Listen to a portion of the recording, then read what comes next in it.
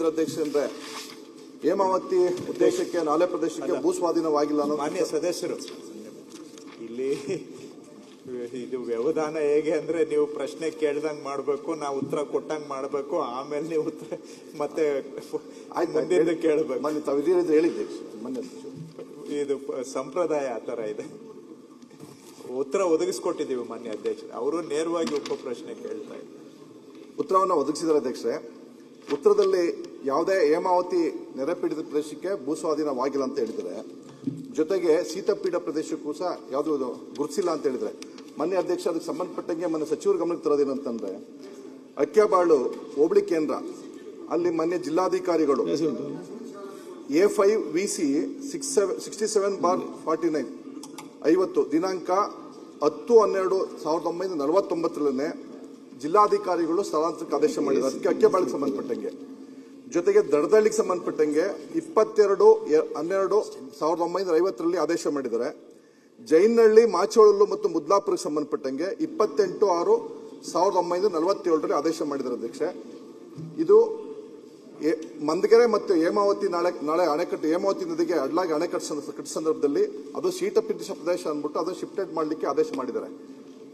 ಒಂದ್ ವೇಳೆ ಅಕ್ವೈರ್ ಆಗಿಲ್ಲ ಅಂತಂದ್ರೆ ಸ್ಥಳಾಂತರಕ್ಕೆ ಹೆಂಗ್ ಆದೇಶ ಮಾಡ್ತಿದ್ರು ಅದೊಂದು ಮಾನ್ಯ ಸಚಿವರಿಗೆ ಸಂಬಂಧಪಟ್ಟ ಅಧಿಕಾರಿಗಳು ಸ್ಪಷ್ಟವಾದ ಮಾಹಿತಿ ಕೊಟ್ಟಿಲ್ಲ. ಇದಕ್ಕೆ ಸಂಬಂಧಪಟ್ಟಂಗೆ ಮಾನ್ಯ ಸಚಿವರಿಗೆ ನಾನೇ ಸಂಬಂಧಪಟ್ಟ ಎಲ್ಲಾ ದಾಖಲೆಗಳೊಂದಿಗೆ 12/9/2020 ಮನವಿ ಕೊಟ್ಟಿದ್ವಿ. ಹಂಗಾಗಿ ಅದೊಂದು, ಜೊತೆಗೆ ಅಧ್ಯಕ್ಷೆ ಬಹುತೇಕ ಕೊನೆಯಲ್ಲಿ ಇನ್ನೊಂದು ಹೇಳಿದ್ದಾರೆ ಅಧ್ಯಕ್ಷೆ, ಏನು ಮಾನ್ಯ ಭಾರತ ಸರ್ಕಾರದಿಂದ ಯಾವುದೇ ಕಂದಾಯ ಗ್ರಾಮ ಮತ್ತು ಉಪ ಕಂದಾಯ ಗ್ರಾಮಗಳನ್ನ 31/1/2021 31/1/2033 ಮಾಡಂಗಿಲ್ಲ, 26 ಮಾಡಂಗಿಲ್ಲ ಅಂತ ಹೇಳಿದ್ರು ಅಧ್ಯಕ್ಷೆ. ಬಹುತೇಕ ಕೊಟ್ಟಂತ ಅವಧಿ ಆಲ್ರೆಡಿ ಮುಗ್ದೋಗಿತ್ತು. ತಾವು ಏನು 2019 ಕೊಟ್ಟಿದ್ರಿ ಅದು ಅವಧಿ ಮುಗ್ದೋಗಿತ್ತು. ಮುಗ್ದೋದಾದ್ಮೇಲೆ ಅಲ್ಲಿ ಸ್ಥಳೀಯವಾಗಿ ಗ್ರಾಮ ಪಂಚಾಯತ್ಗಳಲ್ಲಿ ಮನೆ ನಿರ್ಮಾಣ ಮಾಡ್ಕೊಂಡಿದ್ದಾರೆ. ಅವ್ರಿಗೆ ಖಾತೆ ಮಾಡಲಿಕ್ಕೆ ಅವಕಾಶ ಆಗಲಿಲ್ಲ. ಆ ಸಂದರ್ಭದಲ್ಲಿ ಮನೆ ಸಚಿವರಿಗೆ ಮತ್ತು ಸಂಬಂಧಪಟ್ಟ ರಾಜ್ಯ ಮಟ್ಟದ ಅಧಿಕಾರಿಗಳಿಗೆ ಮನವಿ ಕೊಟ್ಟಿದ್ವಿ. ಆ ಸಂದರ್ಭದಲ್ಲಿ ಪರಿಗಣಿಸಿದ್ರು ಅಧ್ಯಕ್ಷರೇ. ಹಾಗಾಗಿ ಇನ್ನು ಅದ್ರ ಜೊತೆಗೆ ಇದಷ್ಟೇ ಅಲ್ಲ, ಕ್ಯಾರೇಸ್ ಕಟ್ಟಂತ ಸಂದರ್ಭದಲ್ಲಿ ಒಂದು ಗ್ರಾಮ, ಎರಗನಹಳ್ಳಿ ಅನ್ನೋ ಒಂದು ಗ್ರಾಮ ಅದು ಶಿಫ್ಟೆಡ್ ಆಗಿದೆ, ಅಲ್ಲೂ ಸಹ ಇವತ್ತು ಖಾತೆಗಳಾಗ್ತಾ ಇಲ್ಲ. ಬಿದ್ರಹಳ್ಳಿ ಅನ್ನೋ ಗ್ರಾಮ ಅದು ಸಹ ಶಿಫ್ಟೆಡ್ ಆಗಿದೆ, ಅದು ಗ್ರಾಮ ಖಾತೆ ಆಗ್ತಾ ಇಲ್ಲ. ಅಣ್ಣೆಚೆಕ್ನಹಳ್ಳಿ ಅದು ಹೇಮಾವತಿ ನಾಲೆ ಬಂದ ಸಂದರ್ಭದಲ್ಲಿ ಅದೇ ಶೀತಪೀಡಿತ ಪ್ರದೇಶ ಅಂದ್ಬಿಟ್ಟು ಅದು ಸಹ ಶಿಫ್ಟೆಡ್ ಆಗಿದೆ, ಅದು ಸಹ ಇವತ್ತು ಖಾತೆಗಳಾಗ್ತಾ ಇಲ್ಲ. ಖಾತೆಗಳಾಗ್ಲಿಲ್ಲ ಅಂದ್ರೆ ಸಂಬಂಧಪಟ್ಟ 40, 50, 60, 70 ವರ್ಷದಿಂದ ಮನೆ ಕಟ್ಕೊಂಡು ವಾಸಿಸ್ತಾ ಇರೋದು ರೈತರು ಆ ಭದ್ರತೆ ಇರಲ್ಲ. ಅದು ಅಟ್ಲೀಸ್ಟ್ ಅವ್ರ ಮಕ್ಕಳಿಗೆ ಟ್ರಾನ್ಸ್ಫರ್ ಮಾಡಕ್ಕಾಗಲ್ಲ, ವಿಭಾಗ ಆದ್ರೂ ಟ್ರಾನ್ಸ್ಫರ್ ಮಾಡಕ್ಕಾಗಲ್ಲ. ಹಾಗಾಗಿ ಮಾನ್ಯ ಸಚಿವರು ಸಂಬಂಧಪಟ್ಟವ್ರಿಗೆ ಸೂಕ್ತ ನಿರ್ದೇಶನ ಕೊಟ್ಟು ಕಂದಾಯ ಗ್ರಾಮವನ್ನ ಮಾಡಿಕೊಡ್ಬೇಕು. ಜೊತೆ ಇನ್ನೊಂದು ವಿಚಾರ, ಕಂದಾಯ ಗ್ರಾಮದಿಂದ ಅಲ್ಲಿ ಸ್ಪಷ್ಟವಾಗಿ ಹೇಳಿದರೆ ಸ್ಪಷ್ಟೀಕರಣದಲ್ಲಿ, ಕಂದಾಯ ಗ್ರಾಮದಿಂದ ಪಕ್ಕದಲ್ಲಿ 10 ಮನೆಯಿಂದ 50 ಮನೆ ಒಳಗೆ ಕಟ್ಟಿದ್ರು ಸಹ ಅರ್ಧ ಕಿಲೋಮೀಟರ್ ವ್ಯಾಪ್ತಿರೋರಿದ್ರು ಸಹ ಅಲ್ಲಿಗೆ ಉಪಗ್ರಾಮ ಅಂತ ಘೋಷಣೆ ಮಾಡುವಂತ ಹೇಳಿದ್ರೆ ಅದನ್ನು ಯಾವುದನ್ನು ಸಹ ಸಂಬಂಧಪಟ್ಟ ಅಧಿಕಾರಿಗಳು ಪರಿಗಣಿಸಿಲ್ಲ. ನಾವು ಮಾನ್ಯ ಸಚಿವರು ಮತ್ತು ರಾಜ್ಯ ಮಟ್ಟದ ಅಧಿಕಾರಿಗಳು ಕೊಟ್ಟಂತ ಮನವಿ, ನಾವು ಕೊಟ್ಟಂತ ಮನವಿ ಮೇಲೆ ನಮ್ಮ ತಾಲೂಕು ಮಟ್ಟದ ಅಧಿಕಾರಿಗಳು ಕಟ್ಟಿದ್ದಾರೆ. ಅವರು ತಮ್ಮಿಂದ ಪ್ರಶ್ನೆ ಆದ ನಂತರ 3ನೇ ತಾರೀಕು, ಈ ತಿಂಗಳ 3ನೇ ತಾರೀಕು 3/3/2026 DC ಅವರಿಗೆ ಪ್ರಸ್ತಾವನೆ ಕಟ್ಟಿದ್ದಾರೆ. 8-9 ತಿಂಗಳು ಸಹ ಪ್ರಸ್ತಾವನೆ ಕಳಿಸಿಲ್ಲ. ಯಾಕೆಂದ್ರೆ ಅಧ್ಯಕ್ಷ ಇದು ಸರ್ಕಾರಿ ಕಾರ್ಯಕ್ರಮಗಳಿಗೆ ಅವರಿಗೆ ವೈಯಕ್ತಿಕ ಲಾಭ ಇರಲ್ಲ, ಸ್ಥಳೀಯ ಅಧಿಕಾರಿಗಳಿಗೆ ವೈಯಕ್ತಿಕ ಲಾಭ ಇರಲ್ಲ. ಆ ದೃಷ್ಟಿಯಿಂದ ಅವ್ರು ಯಾವ ಸಹ ಗಣನೆಗೆ ತೊಗೊಳ್ಳಲ್ಲ. ಹಾಗಾಗಿ ಮಾನ್ಯ ಸಚಿವರು ಇವತ್ತು ರಾಜ್ಯದಲ್ಲಿ ತುಂಬಾ ನಾವು ಎಲ್ಲ ಪಕ್ಷಾತೀತವಾಗಿ ಅವರು ಪ್ರಶಂಸೆ ಮಾಡುವಂತ ಕೆಲಸ ಮಾಡ್ತಾ ಇದ್ದಾರೆ. ಅದು ಘಂಟಾಘೋಷವಾಗಿ ನಾವು ಎಲ್ಲಿ ಬೇಕಾದ್ರೂ ಹೇಳ್ತೀವಿ. ಹಾಗಾಗಿ ಸಂಬಂಧಪಟ್ಟ ಅಧಿಕಾರಿಗಳು ಸರ್ಕಾರಿ ಕಾರ್ಯಕ್ರಮಗಳನ್ನ ಇಂಪ್ಲಿಮೆಂಟ್ ಆಗಲಿಲ್ಲ ಅಂತಂದ್ರೆ ಕೊಟ್ಟಂತ ಗಡುವಿನಲ್ಲಿ ಅವ್ರ ವಿರುದ್ಧ ಶಿಸ್ತು ಕ್ರಮಕ್ಕೆ ಆಗಲಿ ಅವ್ರಿಗೆ ಸಂಬಂಧಪಟ್ಟ ಕ್ರಮ ಆಗಲಿಲ್ಲ ಅಂತಂದ್ರೆ ಅವರು ಜಡ್ ಬಿತ್ಕೊಂಡು ಕೂತಿದ್ದಾರೆ. ಹಂಗಾಗಿ ಮಾನ್ಯ ಸಚಿವರು ಕ್ರಮ ವಹಿಸಬೇಕು. ಜೊತೆಗೆ ಇನ್ನೊಂದು ಅಧ್ಯಕ್ಷರೇ, ಏನು ಪ್ರಶ್ನೆ ಈಗ ಮಾನ್ಯ ಅಧ್ಯಕ್ಷರೇ, ನಮ್ಮ ಕಂದಾಯ ಗ್ರಾಮ ಕಾರ್ಯಕ್ರಮದ ಬಗ್ಗೆ ಆಸಕ್ತಿ ತಗೊಂಡಿದ್ದಾರೆ. ಇದು ಕೆಲವು ಶಾಸಕರು ಆಸಕ್ತಿ ತಗೊಂಡಿದ್ದಾರೆ, ಅದರಲ್ಲಿ ಅವರು ಆಸಕ್ತಿ ತಗೊಂಡಿದ್ದಾರೆ. ಅವರಿಗೆ ಸರ್ಕಾರನು ಮಾಡಬೇಕಾಗಿರೋ ಕೆಲಸಕ್ಕೆ ಅವರು ಕೈ ಜೋಡಿಸಿದ್ದಾರೆ. ಅದಕ್ಕೆ ಅವರಿಗೆ ನಂದು ಧನ್ಯವಾದ ಮೊದಲಿಗೆ. ಯಾಕಂದ್ರೆ ಸುಮಾರು ಜನ ನಾವು ಎಷ್ಟು ಹೇಳಿದ್ರು ನಾವೇ ಇಲ್ಲಿಂದ ಬೆನ್ನತ್ತೋ ಹಾಗೆ ಆಗಿದೆ. ಅವ್ರು ಹೇಳಿದ್ದು ನಿಜ. ಕೂತ್ಕೊಳ್ಳಿ ಮಂಜು. ಅಧಿಕಾರಿಗಳು ಕೆಲವರು ಒಳ್ಳೆ ಕೆಲಸ ಮಾಡ್ತಾರೆ, ಕೆಲವರು ನಾವು ಎಷ್ಟು ಹೇಳಿದ್ರು ಕೂಡ ಅರ್ಹತೆ ಇರೋದನ್ನು ಕೂಡ ಕಣ್ಣಿಗೆ ಕಂಡರೂ ಕಾಣದ ಹಾಗೆ ಹೋಗ್ತಾ ಇರ್ತಾರೆ. ಸೊ ಆ ಒಂದು ಗ್ಯಾಪ್ ಅನ್ನ ಸರಿಪಡಿಸುವಂತ ಕೆಲಸ ಮಾನ್ಯ ಶಾಸಕರು ಮಾಡ್ತಾ ಇದ್ದಾರೆ. ಅದಕ್ಕೆ ಅವರಿಗೆ ನಂದು ಧನ್ಯವಾದ. ಎರಡನೇದು, ಅವರು ಇದು ಶೀತ ಪೀಡಿತ ಅಲ್ಲ ಅಂತ ನೀವು ಹೇಳ್ತಾ ಇದ್ದೀರಾ ಉತ್ತರದಲ್ಲಿ, ಆದ್ರೆ ಇದು ಶೀತ ಪೀಡಿತ ಅಂತ ಹೇಳ್ತಾ ಇದ್ದಾರೆ. ಅದು ಇಲ್ಲಿ ನನ್ನ ಮೂಲ ಉತ್ತರಕ್ಕೆ ಅದು ಪ್ರಸ್ತುತ ಅಲ್ಲ. ಯಾಕೆ ಅಂತ ಹೇಳಿದ್ರೆ ಅವರು 7 ಗ್ರಾಮಗಳು ಈ ರೀತಿ ದಾಖಲೆ ರಹಿತ ವಸತಿ ಪ್ರದೇಶಗಳು ಇದ್ದಾವೆ ಅಂತ ಕೇಳಿದ್ದಾರೆ. ದಾಖಲೆ ರಹಿತ. ಹೌದು ಅಧ್ಯಕ್ಷ. ನಾವು ಉತ್ತರದಲ್ಲಿ 8 ಈ ರೀತಿ ದಾಖಲೆ ರಹಿತ ವಸತಿ ಪ್ರದೇಶದ ಬಗ್ಗೆ ನಾನು ಉತ್ತರ ಕೊಟ್ಟಿದ್ದೇನೆ. ಅಷ್ಟಕ್ಕೂ ಕೂಡ ಕಂದಾಯ ಗ್ರಾಮ ಅಥವಾ ಉಪಗ್ರಾಮ ಮಾಡಲಿಕ್ಕೆ ನಾವೀಗ ರೆಡಿ ಮಾಡಿದ್ದೇವೆ. ಅದರಲ್ಲಿ ಮಾರ್ಚ್ 16ನೇ ತಾರೀಕು ಅವರಿಗೆ ನಾನು ಗಡಿಯನ್ನ ನಿಗದಿ ಮಾಡಿದ್ದೇನೆ. ಅಷ್ಟರೊಳಗಡೆ ನನಗೆ ಪ್ರಸ್ತಾವನೆ ಬರಬೇಕು, ಮಾರ್ಚ್ 16. ಸೊ ಈಗಲೂ ಕೂಡ ನನಗೆ ದಿನನಿತ್ಯ ಪ್ರಸ್ತಾವನೆಗಳು ಬರ್ತಾ ಇದ್ದಾವೆ. ಮಾರ್ಚ್ 16ನೇ ತಾರೀಕಿಗೆ ಮೊದಲು ಇವುಗಳನ್ನ ಕಡಿಸ್ಕೊಳ್ಬೇಕು ಅಂತ ಹೇಳಿದ್ದೇನೆ. 16ರ ಬಂದರೂ ಕೂಡ ಸದ್ಯಕ್ಕೆ ಜನಗಣತಿ ಪ್ರಗತಿಯಲ್ಲಿದೆ. ಸೆನ್ಸಸ್ ಮುಗಿಯೋವರೆಗೆ ನಾನು ಈ ಕೆಲಸವನ್ನ ಕಂಪ್ಲೀಟ್ ಮಾಡಕ್ಕಾಗೋದಿಲ್ಲ. ಆದ್ರೆ ಬಂದಿದ್ದ ಪ್ರಸ್ತಾವನೆ ಎಲ್ಲ ನನ್ನ ಹತ್ರ ಜೀವಂತವಾಗಿರುತ್ತೆ ಇಲಾಖೆಯಲ್ಲಿ. ಜನಗಣತಿ ಮುಗಿದ ಕೂಡಲೇ ಅವರಿಗೆಲ್ಲ ದಾಖಲೆಗಳನ್ನ ಮಾಡಿಕೊಡ್ತೇವೆ. ಸ್ವಲ್ಪ ಸಮಯ ಆಗ್ಬಹುದು, ಆದ್ರೆ ಅವೆಲ್ಲ ಆನ್ಲೈನ್ ಸಿಸ್ಟಮ್ಗೆ ತಗೊಂಡಿದ್ದೇವೆ. ನಾಳೆ ಯಾರು ಇರ್ಲಿ ಇಲ್ಲದೆ ಹೋಗ್ಲಿ ತಾನಾಗಿ ಅವ್ರಿಗೆ ಬಾಕಿ ಕೆಲಸ ಮಾಡಿಕೊಡುವಂತಹದ್ದು ಮಾಡಿಕೊಡ್ತೇವೆ. ಸೊ ಈಗ ತಮ್ಮ ಪ್ರಶ್ನೆಗೆ ತಾವು 7 ಹೇಳಿದ್ರಿ, 8ರಲ್ಲಿ ನಾವು 7ಕ್ಕೆ ಕಂದಾಯ ಗ್ರಾಮ ಅಥವಾ ಉಪಗ್ರಾಮ ಮಾಡುವಂತ ಅದಕ್ಕೆ ಕೈಗೆತ್ಕೊಂಡಿದ್ದೇವೆ. ಹಾಗೂ ಒಂದರಲ್ಲಿ ಮಾತ್ರ ಸ್ಥಳೀಯರ ತಕರಾರಿದೆ ಅಂತ ಬರೆದಿದ್ದಾರೆ. ನಮ್ಮ ಕಾನೂನಿನಲ್ಲಿ ತಕರಾರು ಇದ್ರೂ ಕೂಡ ಮಾಡಲಿಕ್ಕೆ ಅವಕಾಶ ಇದೆ. ಸೊ ನಾನು ಅವರಿಗೆ ಸೂಚನೆ ಕೊಟ್ಟಿದ್ದೇನೆ, ತಕರಾರು ಮಾಡೋರು ಮಾಡ್ಲಿ, ನೀವು ಇದನ್ನು ಕೂಡ ತಗೊಳ್ಳಿ ಅಂತ ನಾನು ಅವ್ರಿಗೆ ಹೇಳಿದ್ದೇನೆ. ಇದಲ್ಲದೆ ಬೇರೆ ಇವತ್ತು ಕೇಳದೆ ಇರೋದಲ್ಲದೆ ಬೇರೆ ಊರುಗಳ ಹೆಸರು ತಾವು ಹೇಳಿದ್ದೀರಾ. ನನ್ಗೊಂದು ಚೀಟಿಯಲ್ಲಿ ಬರ್ಕೊಟ್ರೆ ನಾನು ಇವತ್ತೇ ಜಿಲ್ಲಾಧಿಕಾರಿಗಳಿಗೆ ಹೇಳಿ ಅವುಗಳನ್ನು ಕೂಡ ನಾನು ಪ್ರಸ್ತಾವನೆ ತರಿಸ್ಕೊಳ್ತೇನೆ. ಆದ್ರೆ ನಿಜ, ಕೆಲವು ನಾವು ಎಷ್ಟೇ ಪ್ರಯತ್ನ ಮಾಡಿದ್ರು ಇನ್ನೂ ಸುಮಾರು ಅರ್ಹ ಇರೋವು ಬಿಟ್ಟೋಗಿದ್ದಾವೆ. ಎಲ್ಲಿ ಕೆಲವು ಶಾಸಕರ ಆಸಕ್ತಿ ತಗೊಂಡಿದ್ದಾರೆ ಅಲ್ಲಿ 100ಕ್ಕೆ 95% ಆಗ್ತಾ ಇದೆ. ಈಗ ಆಲ್ರೆಡಿ ನಮ್ಮ ಸರ್ಕಾರ ಬಂದ ಮೇಲೆ 2,17,000 ಹಕ್ಕುಪತ್ರ ಕೊಟ್ಟಿದ್ದೇವೆ. ಆದ್ರೆ ಇನ್ನೂ ನನಗೆ ಈಗ ಬಂದಿರೋ ಪ್ರಸ್ತಾವನೆಗಳಲ್ಲಿ ಇನ್ನೂ ಸುಮಾರು 1,50,000ದಿಂದ 2 ಲಕ್ಷ ಮನೆಗಳಿಗೆ, ಇಂತಹ ಮನೆಗಳಿಗೆ ಹಕ್ಕುಪತ್ರ ಕೊಡ್ಲಿಕ್ಕೆ ಇನ್ನೂ ನನಗೆ ಪ್ರಸ್ತಾವನೆ ಬಂದಿದೆ. ಬಹುಶಃ ಇದನ್ನೂ ಹೊರತುಪಡಿಸಿ ಇನ್ನೂ ಇಂತಹ ಪ್ರಕರಣಗಳು ಇದಾವೆ. ಅದು ಸ್ಥಳೀಯ ಅಧಿಕಾರಿಗಳಿಗೆ ಬಿಡದೆ ಜನಪ್ರತಿನಿಧಿಗಳು ಆಸಕ್ತಿ ತಗೊಂಡು ನಮ್ಮ ಗಮನಕ್ಕೆ ತಂದ್ರೆ ಅದು ಪರಿಹಾರ ಕೊಡಬಹುದು. ತಾವು ಹೇಳಿದ್ದೀರಾ, ನನ್ಗೊಂದು ಚೀಟಿಯಲ್ಲಿ ದಯವಿಟ್ಟು ಬರೆದು ಕೊಡಿ, ಅದನ್ನ ನಾನು ಇವತ್ತೇ ಸೂಚನೆ ಕೊಟ್ಟು ಅವು ಪ್ರಸ್ತಾವನೆ ತರಿಸ್ಕೊಳ್ತೀನಿ. ಮೊನ್ನೆ ಅಧ್ಯಕ್ಷ ಸಚಿವರ ಉತ್ತರವನ್ನ ಸ್ವಾಗತಿಸ್ತೀನಿ ಅಧ್ಯಕ್ಷ. ಜೊತೆಗೆ ಅದೇ ಸಂದೇ ಎರಡು ಮಾತು. ಇನ್ನೊಂದು 94 ಸೀನಲ್ಲಿ 660 ಅಪ್ಲಿಕೇಶನ್ ಹಾಕಿದ್ರೆ ಅಧ್ಯಕ್ಷ, 45 ಮಾತ್ರ ಮಾಡಿದ್ರೆ ಮಾನ್ಯ ಸಚಿವರ ಗಮನಕ್ಕೆ. ಇನ್ನು ಬಾಕಿವೆಲ್ಲ ವಜಾ ಮಾಡಿದ್ದಾರೆ. ಜೊತೆಗೆ ಮಾನ್ಯ ಕಂದಾಯ ಸಚಿವರು ಮತ್ತು ಫಾರೆಸ್ಟ್ ಸಚಿವರು ಇಬ್ರು ಸೇರಿ ಡೀಮ್ಡ್ ಫಾರೆಸ್ಟ್ ವಿಚಾರಕ್ಕೆ ಹೇಳಿದ್ರು. ನಮ್ಮಲ್ಲಿ 180 ಗ್ರಾಮ ಸರ್ವೆ ನಂಬರ್ನ ಅವರ ರೆವಿನ್ಯೂ ಇಲಾಖೆ ಮಾಹಿತಿ ಪ್ರಕಾರ ಇದೆ. ಅದರಲ್ಲಿ 2 ಗ್ರಾಮ ಮಾತ್ರ ಕೊಟ್ಟಿದ್ದಾರೆ. ಒಂದು ತಿಮ್ಮಪ್ಪನಗುಡ್ಡ, ಒಂದು ಮೈಲ್ನಳ್ಳಿ. ಅವಾಗ 6/3/2025 6 ತಿಂಗಳ ಒಳಗಡೆ ಮಾಡಬೇಕು ಅಂತ ಗಡಿ ನಿಗದಿಪಡಿಸಿದ್ದಾರೆ. 6/3/2025 6 ತಿಂಗಳ ಗಡಿ ಟೈಮ್ ಕ್ಲೋಸ್ ಆಗಿದೆ. 184 ಗ್ರಾಮದಲ್ಲಿ ಬರೀ 2 ಗ್ರಾಮ ಮಾತ್ರ ಕೊಟ್ಟಿದ್ದಾರೆ. ಇದು ಮಹತ್ವ. ಸಾರ್ವಜನಿಕವಾಗಿ ರೈತರು ನಮ್ಮ ತಾಲೂಕಿನಲ್ಲಿ 1,257 ಅರ್ಜಿಗಳು ಬಗರುಕುಂ ಬಾಕಿ ಇದೆ. ಇದು ನಿಗದಿ ಆಗದೇನೆ ಬಗರುಕುಂ ಕೆಲಸಗಳನ್ನ, ಅರ್ಜಿಗಳನ್ನ ಕೈಗೆತ್ತಿಕೊಳ್ಳಕ್ಕಾಗಲ್ಲ. ಹಂಗಾಗಿ ಆದಷ್ಟು ಬೇಗ ಇದನ್ನು ಸಹ ಮಾನ್ಯ ಸಚಿವರು ಸಂಬಂಧಪಟ್ಟ ಅಧಿಕಾರಿಗಳ ಮುಖಾಂತರ ಬೇಗ ಮಾಡಿಸ್ಕೊಡ್ಬೇಕು ಅಂತ ಸಚಿವರಲ್ಲಿ ತಮ್ಮ ಮೂಲಕ ಮನವಿ ಮಾಡ್ಕೊತೀನಿ ಅಧ್ಯಕ್ಷ. ಅವರು ಈಗ ಸಂಪೂರ್ಣ ಪ್ರತ್ಯೇಕ ವಿಷಯದ ಬಗ್ಗೆ ಪ್ರಸ್ತಾಪ ಮಾಡಿದ್ದಾರೆ ಅಧ್ಯಕ್ಷರೇ. ಈ ಪರಿಭಾವಿತ ಅರಣ್ಯ ಅಂದ್ರೆ ಡೀಮ್ಡ್ ಫಾರೆಸ್ಟ್, ಅದನ್ನ ಒಂದು ರೀತಿಯಲ್ಲಿ ಮರುಪರಿಷ್ಕರಣೆಯನ್ನ ಕಂದಾಯ ಇಲಾಖೆ, ಅರಣ್ಯ ಇಲಾಖೆ ಜಂಟಿಯಾಗಿ ನಾವು ಮಾಡ್ತಾ ಇದ್ದೇವೆ.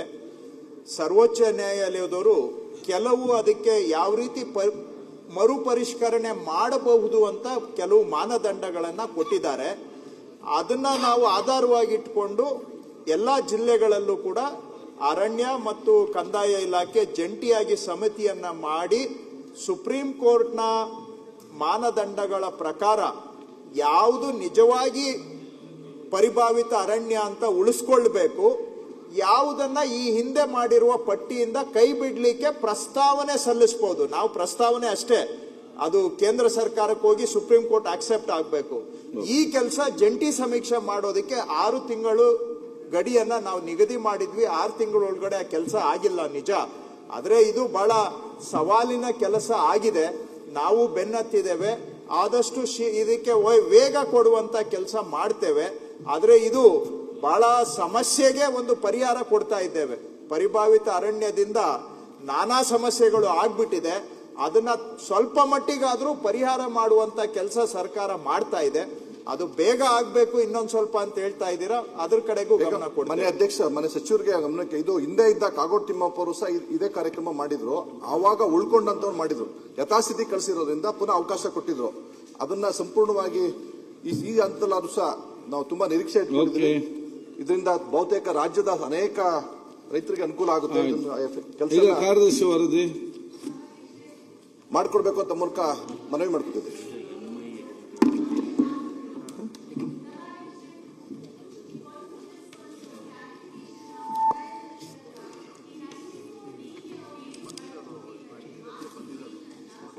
ಮೈಕ್ ಆನ್ ಆಗಿಲ್ಲ ನೋಡಿ, ಮೈಕ್ ಆನ್ ಮಾಡಿ. ಏನ್ ಹೇಳ್ತಾ ಇದ್ದಾರೆ? 94D ಅಪ್ಲಿಕೇಶನ್ ತಗೊಳ್ಳಿಕ್ಕೆ ಅವಕಾಶ. ಹೇಳಿ.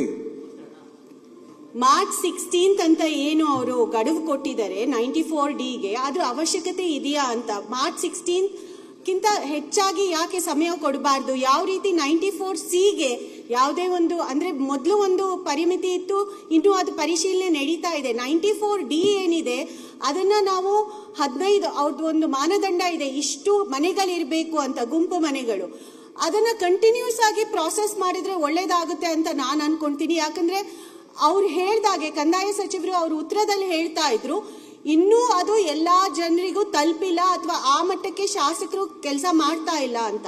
ನಾವು ಮಲೆನಾಡು ಭಾಗದಲ್ಲಿ ಅದನ್ನ ಎಷ್ಟು ಮಟ್ಟಕ್ಕೆ ಸಾಧ್ಯ ಇದೆ, ನಮ್ಮ ಗಮನಕ್ಕೆ ಏನ್ ಬರ್ತಾ ಇದೆ ಅದನ್ನ ನಾವು ಖಂಡಿತ ಕಂದಾಯ ಇಲಾಖೆಗೆ ನಾವು ರೆಫರ್ ಮಾಡ್ತಾ ಇದ್ದೀವಿ. ಈ ಪರಿಮಿತಿ ಏನ್ ಕೊಟ್ಟಿದ್ದಾರೆ ಅದು ತುಂಬಾ ಕಡಿಮೆ ಆಯ್ತು ಅಂತ ನಾನು ಅನ್ಕೊಂತೀನಿ. ಅದನ್ನ ನ್ಯಾಯ ದೊರಕಿಸ್ಲಿಕ್ಕೆ ಇನ್ನೊಂದ್ ಸ್ವಲ್ಪ ಟೈಮ್ ಕೊಟ್ರೆ ಅಥವಾ ಇದನ್ನ ಓಪನ್ ಆಗಿ ಇಟ್ರೆ ಏನ್ ಸಮಸ್ಯೆ ಆಗುತ್ತೆ ಕಂದಾಯ ಇಲಾಖೆಗೆ ಅಂತ ನಾನು ಕೇಳಲಿಕ್ಕೆ ಬಯಸ್ತೀನಿ. ಓಪನ್ ಆಗಿ ಇಟ್ರೆ ಏನಾಗುತ್ತೆ? ಸುಪ್ರೀಂ ಕೋರ್ಟ್ ನವರು ಹೇಳ್ತಾರೆ 1 ಟೈಮ್ ಅಂತೇಳಿ, ಎಷ್ಟು 1 ಟೈಮ್ ಕೊಡ್ತೀರಿ ಅಂತ ಏನ್ ಉತ್ತರ ಕೊಡೋದು ಕೋರ್ಟ್ ಅಲ್ಲಿ? ನಿಮಿಷ ಕೇಳಿಸ್ಕೊಳ್ಳಿ, ನಾನು ತಮ್ಗೆ ಇಂಟರ್ಫಿಯರ್ ಆಗ್ಲಿಲ್ಲ, ಕೇಳಿಸ್ಕೊಳ್ಳಿ ಪೂರ್ತಿ. We are here to discuss. ಎಲ್ಲ ಉಚ್ಚ ನ್ಯಾಯಾಲಯ, ಸರ್ವೋಚ್ಚ ನ್ಯಾಯಾಲಯದಲ್ಲಿ ಒಂದು ಬಾರಿ ಅಂತ ಎಷ್ಟು ಅವಕಾಶಗಳು ಅಂತ. ಹಾಗೂ ಎರಡನೇದು, ಈ 94D ಯಲ್ಲೂ ನಾವು ಎಕ್ಸ್ಟೆನ್ಷನ್ ಕೊಟ್ಟಿದ್ದೇವೆ, ಕೊಟ್ಟಿಲ್ಲ ಅಂತಲ್ಲ, 2 ವರ್ಷ ಎಕ್ಸ್ಟೆನ್ಷನ್ ಕೊಟ್ಟಿದ್ದೇವೆ. ಎಲ್ಲಿದೆ ಇದು ಮಾರ್ಚ್ 16 ಅಂತ ಹೇಳಿದ್ರೆ ನಮ್ಮ ಆಕ್ಟ್ ಅಲ್ಲಿ ಇದೆ. ಮೂರನೇದು, ಡೆಡ್ ಲೈನ್ ಇರೋದು ಹಕ್ಕುಪತ್ರ ಕೊಡ್ಲಿಕ್ಕೆ ಅಲ್ಲ, ಜಸ್ಟ್ ಪ್ರಪೋಸಲ್ ನಮ್ಗೆ ರಿಸೀವ್ ಆಗ್ಲಿಕ್ಕೆ ಅಷ್ಟೇ. ಪ್ರಪೋಸಲ್ ಅನ್ನ ರಿಸೀವ್ ಮಾಡ್ಕೊಳ್ಳಿಕ್ಕೆ ಇದೆ, ಅದನ್ನ ಎಕ್ಸಿಕ್ಯೂಟ್ ಕಂಪ್ಲೀಟ್ ಮಾಡೋದಕ್ಕೆ ಏನು ಡೆಡ್ ಲೈನ್ ಇಲ್ಲ. ಹಿಂದೆನೂ ಕೂಡ ಡೆಡ್ ಲೈನ್ ಇತ್ತು ಆಕ್ಟ್ ಅಲ್ಲಿ, ಮತ್ತೆ 2 ವರ್ಷ ಟೈಮ್ ಕೊಟ್ಟಾಯ್ತು, 2 ವರ್ಷ ಈಗ ಆಗ್ತಾ ಇದೆ. ಏನಾಗಿದೆ ಈ ವ್ಯವಸ್ಥೆಯಲ್ಲಿ, ಎಷ್ಟು ಎಕ್ಸ್ಟೆನ್ಷನ್ ಕೊಟ್ರು ಇನ್ನೊಂದು ಕೊಡ್ತಾರೆ ಬಿಡು ಅನ್ನೋ ಮನೋಭಾವ ಬಂದ್ಬಿಟ್ಟಿರೋದ್ರಿಂದ ಯಾವ ಡೆಡ್ ಲೈನ್ಗೂ ಅರ್ಥ ಇಲ್ಲ. ಇದು ನಿಮ್ ತಪ್ಪು ಅಲ್ಲ ಅಥವಾ ಯಾರ್ದು ತಪ್ಪು ಅಂತ ನಾನು ಹೇಳಲಿಕ್ಕೆ, ವ್ಯವಸ್ಥೆ ಹಿಂಗಾಗಿದೆ, ಯಾವುದಕ್ಕೂ ಸ್ಯಾಂಕ್ಟಿಟಿ ಇಲ್ಲ. ಸೊ ಎಕ್ಸ್ಟೆನ್ಷನ್ ಅನ್ಲಿಮಿಟೆಡ್ ಆಗಿ ಕೊಟ್ಕೊಂಡು ಹೋಗ್ತಾ ಇದ್ರೆ ಯಾವಾಗ ಇದನ್ನೆಲ್ಲ ಮುಗಿಸೋದು? ಆವಾಗ ಆಕ್ಚುಲಿ ಅಫೆಕ್ಟೆಡ್ ಯಾರಾಗ್ತಾರೆ? ಸಾಮಾನ್ಯ ಜನ. ಯಾಕೆ ಅಂದ್ರೆ ನಾವೊಂದು ಮಿಷನ್ ಮೋಡಲ್ಲಿ ಕೆಲಸ ಮಾಡಲಿಲ್ಲ ಅಂದ್ರೆ ಬಡವ್ರದ್ದು ಕೆಲಸ ಅವ್ರು ಹೇಳಿದ್ರು. ಯಾಕೆ ಮಾಡೋದಿಲ್ಲ ಅಂದ್ರೆ ಇದು ಬಡವ್ರ ಕೆಲಸ, ಬಡವ್ರ ಕೆಲಸದ ಕಡೆ ಗಮನ ಕೊಡೋದಿಲ್ಲ. ಸೊ ನಾವು ಮಿಷನ್ ಮೋಡಲ್ಲಿ ಈಗ ಇಷ್ಟು ನಾವು ಮೇಲೆ ಬಿದ್ದು ಗುರುತಿಸ್ತಾ ಇದ್ದೀವಿ.